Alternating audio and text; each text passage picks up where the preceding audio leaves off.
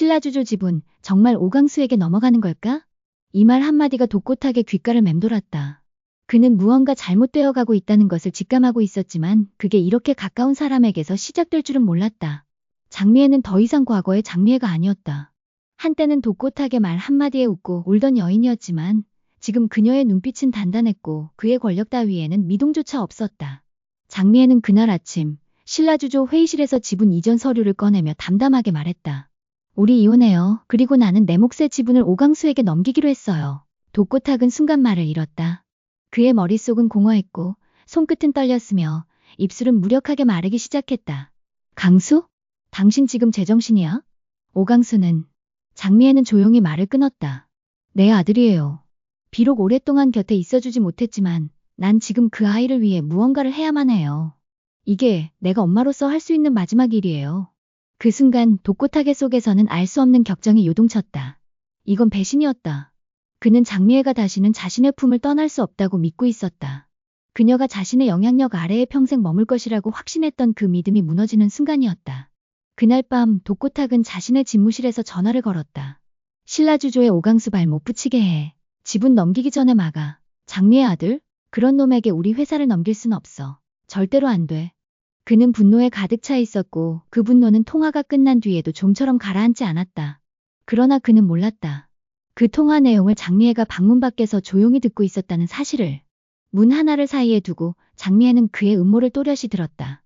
심장은 뜨겁게 달아올랐고 손은 차가워졌다. 장미애는 눈을 감았다가 뜨며 마음을 단단히 먹었다. 이젠 정말 끝났어. 내 아들 건드리지 말라고 했잖아. 며칠 뒤 장미애는 마광숙을 조용히 불러냈다. 광숙은 평소와는 다른 장미애의 눈빛을 보고 놀라 물었다. 세리 어머님이 무슨 일이세요? 장미애는 작은 서류 가방을 내밀며 말했다. 여기 신라주조의 불법 장부와 지분 이전 서류야. 회계 조작, 세금 탈루, 편법 지분 이동 다 들어있어. 이거 내가 갖고 있어. 마광숙은 당황했다. 이런 걸 왜 저한테? 전 그냥 술도가를 지키는 사람이에요. 장미애는 잠시 눈을 감았다가 뜨며 말했다. 넌 장수의 아내야. 지금은 혼자일지 몰라도 그 마음 하나로 여기까지 지켜온 사람이야. 그리고 난 이제야 내가 내 딸처럼 느껴지기 시작했어. 마광숙의 눈에 이슬이 맺혔다. 그녀는 말없이 장미애의 손에서 서류 가방을 받았다. 그 순간 장미애의 복수는 조용히 시작된 것이다. 며칠 후 독고탁은 본격적인 위기를 맞이했다. 국세청의 세무조사가 전격적으로 시작되었고 내부 직원 중 누군가가 익명으로 장부를 제출했다는 제보가 돌았다. 회사 안은 술렁였고 언론은 신라주조의 불법 거래 의혹을 대서특필하기 시작했다. 독고탁은 견딜 수 없었다. 모든 것이 무너지는 기분이었다. 그는 마지막 희망이라도 잡기 위해 마광숙을 찾았다. 광숙은 술도가 안쪽의 작은 방에 앉아 서류를 정리하고 있었다. 그녀는 독고탁을 보자마자 일어나지 않았다. 대신 천천히 고개를 들고 그의 얼굴을 바라보았다. 독고탁은 주저없이 다가왔다. 장부, 너지? 장미애가 준 거 너한테 있지? 마광숙은 조용히 고개를 끄덕였다. 맞아요. 여사님이 제게 넘겼어요. 그리고 이제는 돌이킬 수 없을 것 같네요. 독고탁은 말없이 숨을 들이켰다. 그리고 그 자리에서 무릎을 꿇었다. 제발 그 장부 없던 일로 해줘. 부탁이야, 마광숙 씨. 난 이대로 끝나고 싶진 않아. 그동안 우리가 같이 일했던 정이 있잖아. 나 아직 다시 일어설 수 있어. 마광숙의 눈빛은 흔들렸다. 한때는 존경했던 사람이었다. 하지만 지금 그 앞에 무릎 꿇은 사내는 더는 예전의 독고탁이 아니었다. 그의 눈엔 두려움과 후회, 그러나 여전히 욕망이 남아있었다. 마광숙은 조용히 대답했다. 정은 이미 오래전에 끝났어요. 회장님이 저희 가족에게 하신 일들, 그리고 장 여사님께 저지른 일들, 그 모든 게 오늘을 만든 거예요. 독고탁은 고개를 숙인 채 아무 말도 하지 못했다.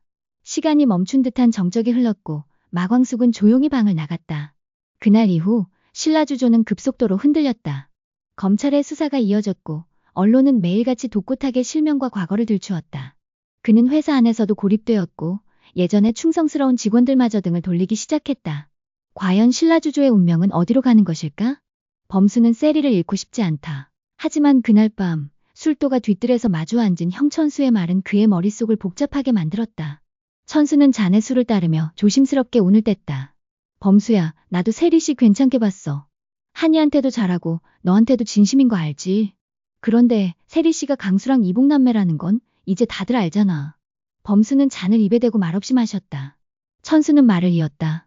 같이 자란 건 아니지만 피는 섞였잖아. 가족 안에서 그 관계가 연인으로 이어지는 건 솔직히 좀 불편하지. 범수는 잔을 내려놓고 천수를 똑바로 바라봤다. 형, 가족이란 게 피만으로 만들어지는 거라고 생각 안 해. 나는 셀이라는 사람 그 자체를 보는 거야. 천수는 한숨을 내쉬며 조용히 물었다. 한이는? 나중에 크면 다 알 텐데 감당할 수 있겠어? 범수는 고개를 끄덕이며 단호하게 말했다.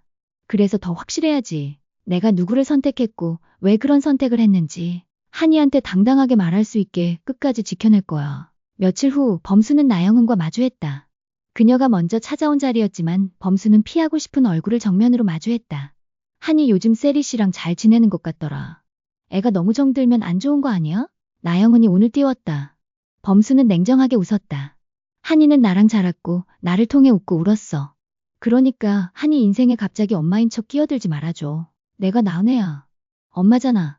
그걸 무시하겠다는 거야?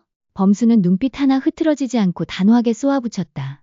엄마였으면 애를 버리지 말았어야지. 정적이 흘렀다. 나영은은 아무 말도 하지 못했다. 범수는 돌아서며 마지막 말을 남겼다. 한이는 세리 덕분에 웃고 살아. 그러니까 다시 흔들지 마. 나영은과 마주친 이후 가슴 한켠이 묵직했다. 그는 자신을 믿고 따라주는 세리, 그리고 어린 딸 한이의 얼굴이 계속 떠올랐다.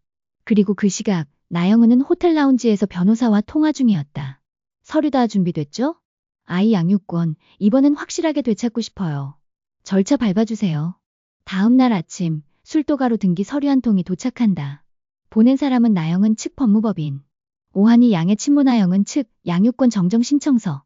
범수는 조용히 그 서류를 내려다보며 다시 마음을 다잡았다.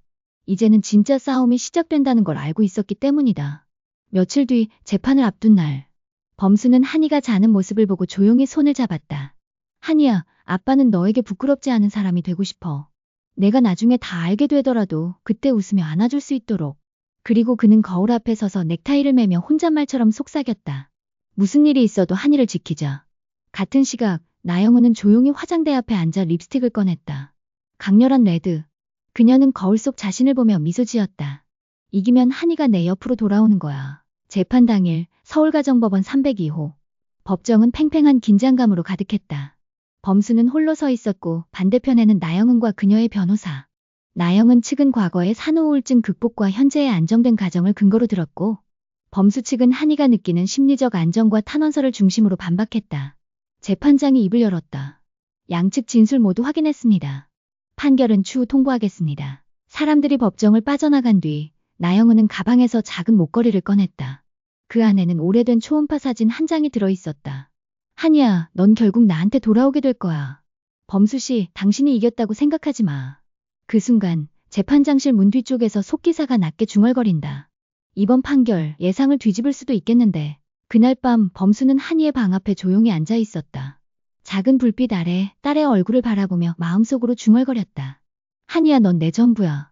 내가 꼭 지켜줄게.